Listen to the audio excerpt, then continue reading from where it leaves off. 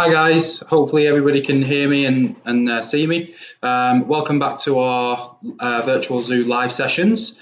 For those of you who've never seen me before, I'm Liam and I'm one of the keepers here at Zoo2U. So today we're talking about food chains. We've been discussing the topic of food chains all week and we're on the final day today. And the reason I'm looking down a lot is because I've got one of these. I want to say little, she's not very little, one of these quite big millipedes. And that's because we're talking about decomposers today. So they're the last little section of the food chains, and they pretty much like round off the food chain cycle. So this will be your last food chain talk for this week. So before we kick on and get started with the food chain talk, we're just going to give a quick mention to our adoption packages. So I'm sure if you've been watching all week, you will have heard about our adoption packages. If not, if you're new to us, then these are relatively new. We've only been running them for a couple of months. And they basically give you the opportunity to adopt one of our animals. And at the highest level, on the gold level, you get to come in and meet one of our animals, whichever one you choose to adopt. This millipede you can adopt if you want to. If you're really interested in her, once I've finished talking about her, they are really interesting little animals, and as you can see, they're quite they're quite active and stuff like that, and they're really cool to look at. So if you want to get up close and personal with an animal like this, then email Melissa. The email is just on the bottom of the screen there, inquiring about our adoption packages. So we've been setting your homework all week, so we haven't given you daily homeworks this week, but what we've been doing is just telling you to add to your weekly homework every day. So for example, you need to choose a habitat. So it could be any habitat you want. It can be woodland, savanna, tundra, like those ones say on there, or it can be something completely different, any habitat you want really. And then what we want you to do is create a food chain for that habitat. So that's why we're trying to teach you about loads of different types of animals from loads of different habitats, because we might, if we just did one habitat, we might not cover an animal that lives in your chosen habitat. So we're trying to go through loads of different animals in completely different habitats, and then you guys can choose which habitat to do. So each day you're going to be adding to it. So as I said, hopefully everybody's been adding to it over the week, and today is the last day. So we're looking at decomposers today, which is what this millipede is. So food chains themselves, they're quite complicated if you've never come across them before, but hopefully if you've been watching this week, then we've explained it quite well. But for those of you who haven't been watching, if there are any new people, I'm just going to go through it one more time. So apologies if you've already heard all this before, but there might be some new people who haven't heard about it. So first off, the first step of the food chain is the producer, and that's something like grass. Grass is just an example. It doesn't have to be grass. It can be any type of plant, really. So producers are usually things that feed off sunlight. So just plants which feed off sunlight through photosynthesis. And then they, in turn, feed the primary producer. So the primary producer could be something like an insect, or it could be something much bigger, some sort of grazer animal. But for this example, we're using an insect because you get to see all the different levels much easier. You can't exactly use a zebra as a producer and then say the bluebird's the secondary consumer, because bluebirds definitely wouldn't eat zebras. So we're using insects for this one. So something like a grasshopper would be a primary consumer. And then on our secondary consumer level, we've got the bluebird. So the secondary consumer would eat the primary consumer. And then the list just goes on and on, like one after the other. So the tertiary consumer would eat the secondary consumer, and then the apex predator would eat the tertiary consumer. So basically, every single level, the next level up eats the level before.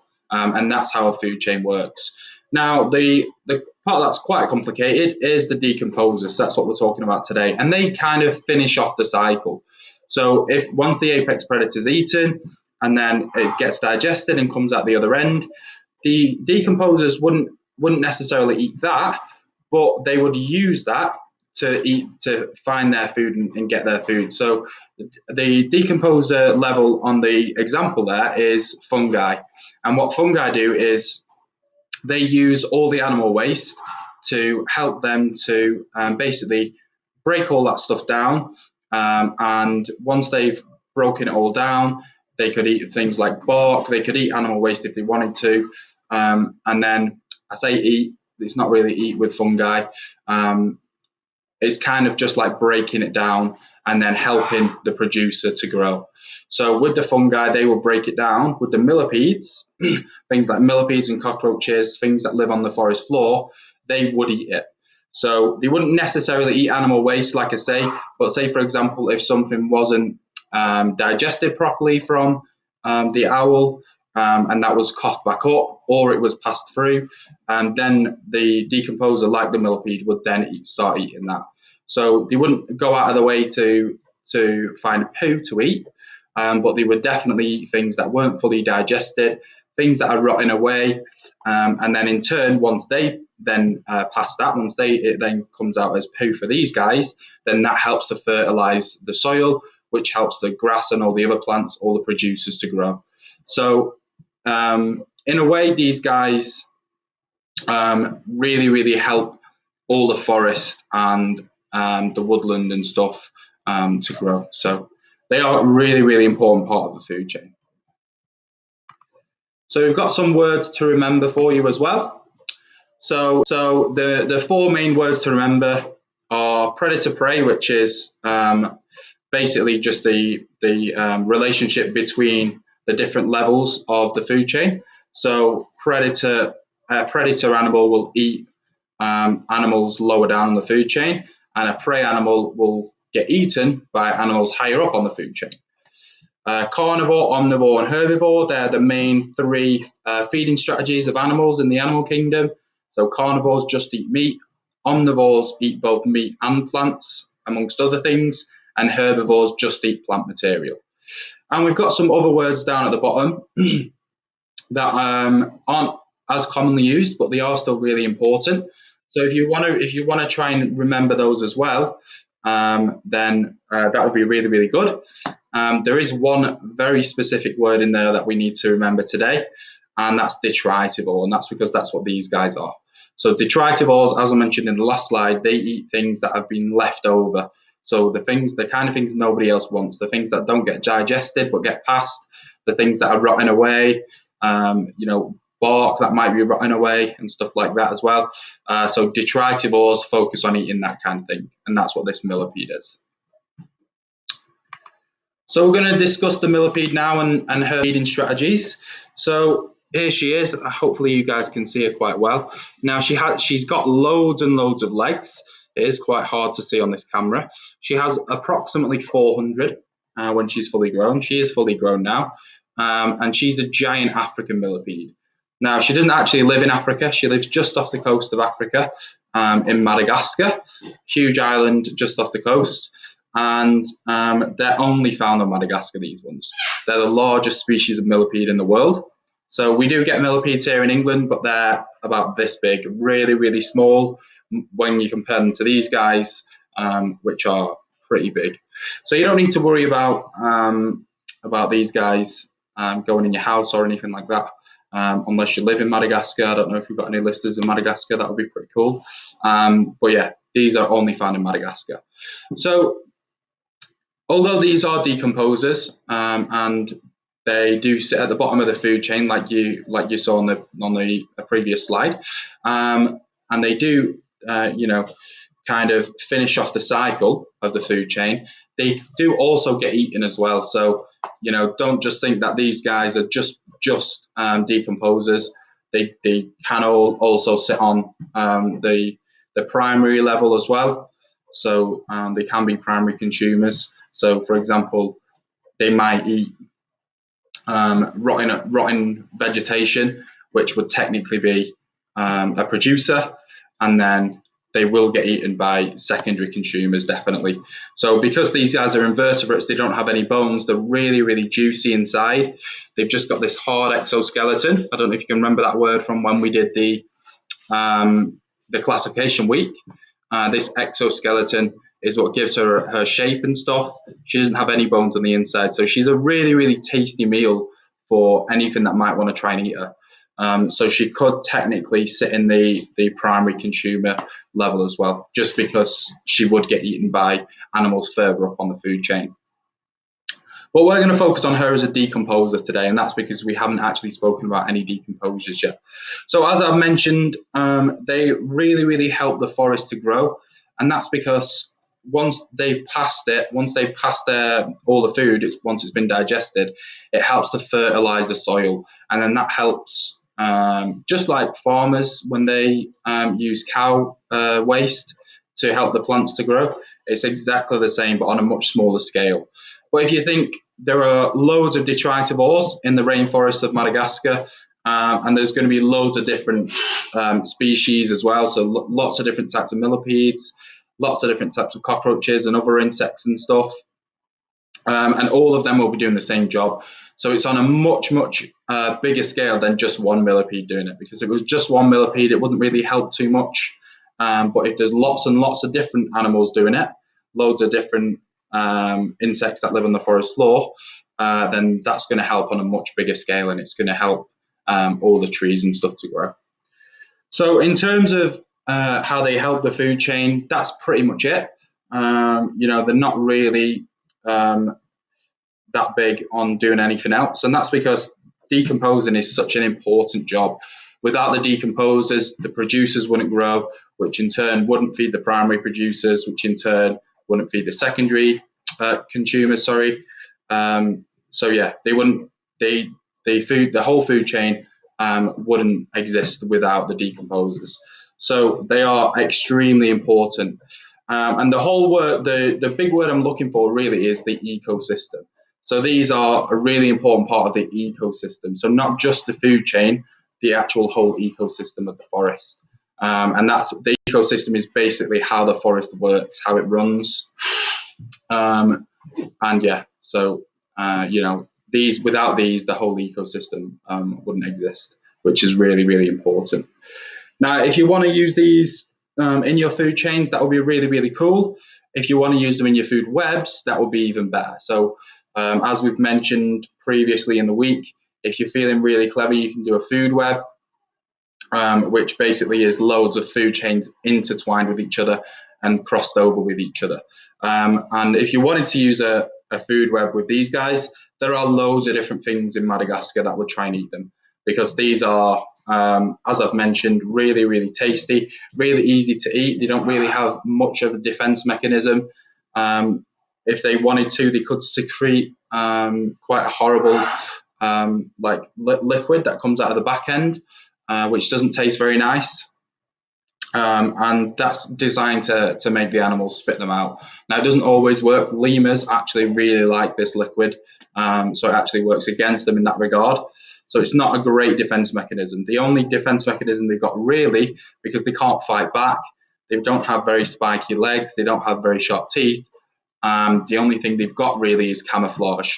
So as you can see, they're quite a dark brown colour. And if you can imagine, the forest floor is pretty much this colour. So if they stay curled up during the day, they're really, really hard to see. So it's at nighttime really when they're out foraging for food, when they're in the most danger.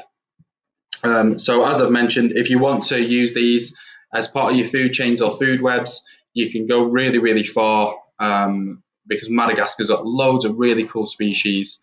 So if you wanted to use Madagascar in your food web, these are a really good place to, a really good animal to slot into that food chain or food web. So we're going to move on and talk about somebody's homework that they've sent in. Now we've been really, really impressed with this one. This is kind of exactly what we wanted. So this is a whole food web really, and you've got all the different levels on there. It looks like it's a woodland food web, and it's including loads and loads of different animals, which is exactly what we wanted. And even better, they've actually painted them on rocks. So, we asked for them to be colourful and creative, and this is all of those things. So the Carroll family, thank you very, very much for getting involved. This is the best one we've had. So if anybody thinks they can beat this, if anybody fancies being really, really creative and wants to has a bit of inspiration from the Carroll family, then that would be really cool. So just try your best to get your homeworks in if you can, and we can show them off next week when we do a new topic. So we're just going to go through a quick recap of what we're talking about today. We met one of our millipedes who is a decomposer. So we're focusing on the millipedes as decomposers. So as I've mentioned, the homework is to create a food chain diagram in your chosen habitat. If you want to create a food web, Madagascar as a place, as a habitat, is a really, really good place to create a food web, because there's loads of different really cool species that you can include in your food web. So if you do want to get involved, don't worry, it's never too late. We can show off all your homeworks next week. The homework post is on Facebook, on our Facebook page. Just scroll down a little bit to Monday and you'll find it there. And then just post your homework in the comments. We'll definitely see it and we'll definitely show it off next week. That would be really, really cool if you guys could get involved with that. So before we finish, we're just going to go through a few last little things. So don't forget about bingo, which is in a couple of days now. It's on Monday, the 25th, and it's at 2:30 p.m. So we need a minimum of 50 players, and we haven't actually got 50 players yet. Now, if I were you guys, and I'm not just saying this, I would genuinely get involved, and that's because, number one, it's only £1, which is an extremely small amount of money, very, very cheap. And also you can win an animal experience, and that's worth £25 for one person. So if you win it for £1, you're pretty much getting it for free. You're only paying 24. But that's not the main reason. The main reason is because they are really, really good. If I wasn't working here, like I say, I would definitely be playing, because you get the chance to. It's your choice. You can either meet the meerkats, or you can meet the reptiles, which we've got loads of. If you're a fan of reptiles, we've got big snakes, we've got small snakes, we've got a variety of lizards, and we've also got tortoises as well, 2 different species. Or you can meet the skunks, which is something that people aren't. Some people might be a bit skeptical about, but if you saw my video this Wednesday, when we met Willow, you've seen that she is very, very friendly. And Woodstock, the other skunk as well, they're both really, really friendly, and it's a great hands-on experience where you can come in, you can cuddle with the skunks, and you can feed them as well. And it's the same with the meerkats. And if you choose to do a reptile experience, you get to handle them a little bit like I'm doing with the millipede now, but obviously with much bigger animals than this. So we've got really big snakes. If you're a fan of snakes, you get to handle the big snakes on that one as well. So I do definitely recommend the bingo if you get a chance. So we just want to give a special thank you to Jeff and Jane, who've donated to our fundraiser. Again, apologies if you've already heard all this before, but just in case there are some new people, we've set up a COVID-19 fundraiser, which basically is just to help us with our income, because we don't have any income at the minute. What we enjoy doing is going out to places and teaching people about our animals and raising awareness. And we haven't got the opportunity to do that at the minute because, even though lockdown is being slightly eased, we're still not allowed out in groups. Schools still aren't open. We can't go to birthday parties. We can't go to business events. So until, all these measures are fully gone, fully eased, then we can't go out and do our things. So we've literally got no income coming in. So if you guys could, if you have a spare £1 or £2, it doesn't have to be a lot of money. Don't think that we're asking for a lot. Every little helps. If you can just spare £1 or £2, that would be really, really appreciated. And every single penny we raise goes to caring for all of our animals. We've got over 50 individuals at our animal centre. So as you can imagine, the costs that we incur are quite high, because we don't just want to feed them, chuck food out to them and leave them. We need to give them the best care we possibly can, and that costs money. So If you could help us with that, that would be really, really appreciated.